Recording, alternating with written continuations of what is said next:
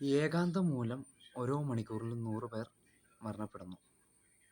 ലോകത്തിൽ 1/6 ഒറ്റപ്പെടൽ. ലോകാരോഗ്യ സംഘടന. ഏകാന്തം മൂലമല്ല, പല പ്രശ്നങ്ങൾ മൂലം മരണപ്പെടുന്നു. ഏകാന്തം ഒരു കാര്യമാണ്. എല്ലാവരും ഉണ്ടായിട്ട് ഒറ്റപ്പെടുന്നൊരവസ്ഥ മരണത്തെക്കാൾ വലിയ വേദനാജനകമായൊരു കാര്യം തന്നെയാണ്.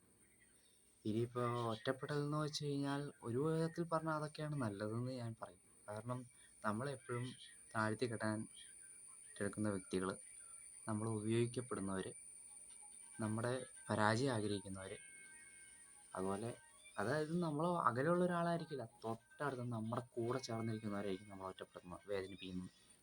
അപ്പം അത്ര ആളുകളിൽ നിന്ന് ഒഴിഞ്ഞു മാറി നമ്മുടെ ഇഷ്ടം പാഷനുമായിട്ട് നടന്നു കഴിഞ്ഞാൽ ഏകാന്തതയെ പോലൊരു നല്ലൊരു എൻജോയ്മെൻറ്റ് വേറെയില്ല.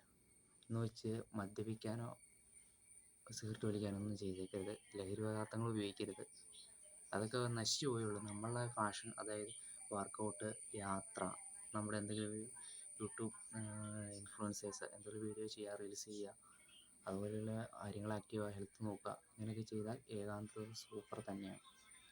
അതുകൊണ്ട് ആരും വിഷമിക്കുകയൊന്നും വേണ്ട. കാരണം ഇന്നത്തെ കാലത്ത് ഒരു ഏകാന്തത നമ്മളെപ്പോഴും എല്ലാവരിൽ നിന്നും അകന്ന് നിൽക്കുന്നത് നല്ലതാണ്, പ്രത്യേകിച്ച് നമ്മൾ അടുത്തുള്ളവരോട്.